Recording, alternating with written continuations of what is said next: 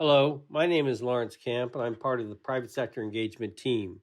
I'm happy to be part of the Global Education Learning Series to discuss exciting developments on how USAID works with the private sector and is engaging private finance to improve education ecosystems in the countries where we work.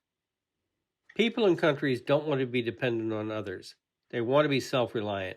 How can they get there? Private sector engagement, or PSE, including tapping into private capital to finance development, and education are all critical drivers in the journey to self-reliance, and we need to think about how we can align them for greater impact.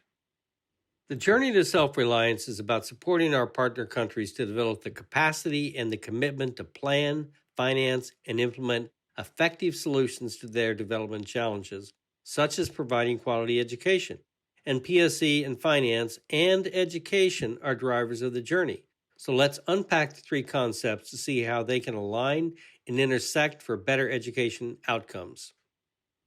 PSE is a process, a way of undertaking development through which we can tap into the vast human and other resources the private sector can bring.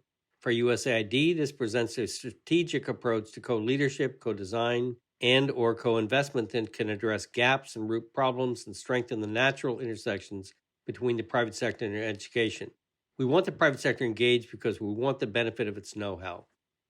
Finance is a process as well, more narrowly focused on the process of transforming savings or unused financial assets into the form of capital that enables productive investment, meaning it'll produce a higher return than the cost of funds, which is the source of economic growth and social impact. Education is also a process, but focused on developing human capital, the human capital that contributes to individual and country self-reliance. Under the U.S. education policy, we work with partners to strengthen education systems and deliver quality learning opportunities and skills development for children and youth. The policy covers all levels of education, country context, and includes formal and non-formal state and non-state providers. What are the common threads? All are processes, all have to do with efficiently and effectively assembling and transmitting capital.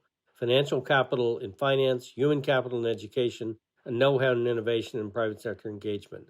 All advance human development, drive economic growth, and thereby advance the journey to self-reliance. And combined, they bring new energy to solve development challenges and increase sustainability. Why is this germane for education right now? First, we need private capital to fill the $39 billion per year financing gap in basic education. Second, it's smart. We need the insight, innovation, and know-how which the private sector brings to education. Third, public and private funds in our present countries have surged over the past 20 years. Countries can now largely cover their development needs through their own domestic capital. USAID's role is changing from a funder of development to becoming a catalyst to drive development, drawing on the full range of private as well as public resources. In education, we want to expand market-based approaches to improve efficiencies and effectiveness within the education system, strengthen the links between education, employment, and economic growth, and improve the quality of the non-state school sector.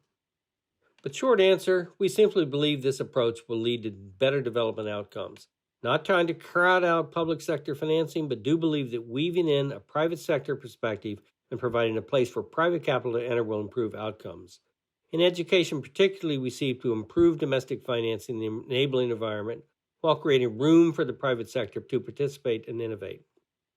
In finance, we look at the key forces of supply and demand. We want to assure that those seeking high-quality financial products and services and those providing them can meet. Same applies in education as well. You want to assure that education seekers, students, can access high-quality education from education providers, educators, and schools. But of course, this occurs within a broader ecosystem of which most elements have significant involvement of the private sector. Demand for education, students is private. The education infrastructure and technology disruptors which support education, books, distance learning, etc., is largely private. Enabling conditions certainly benefit from input from the private sector. And even in the supply side, non-state schools are becoming more prevalent. What are the ways education has been incorporating PSE into its activities? The Global Book Alliance represents the business side of literacy by focusing on the supply chain for early grade reading materials for both government and commercial markets. This approach helps address a root cause of illiteracy by building reliable supply chains for books creating a culture of reading and fostering sustainable markets. Catalyze is a new blended finance mechanism using USAID funds to mobilize private funds. The Education Office is using Catalyze to support non-state schools and other education areas with the expectation that learning outcomes will strengthen. The first development impact bond in education, Educate Girls, achieved 160% of its learning targets and 116% of its enrollment targets.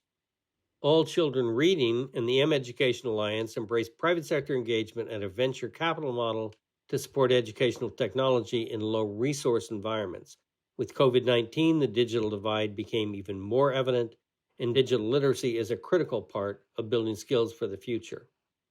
Youth employment, higher education, and economic growth are natural intersections for education and the private sector to work together.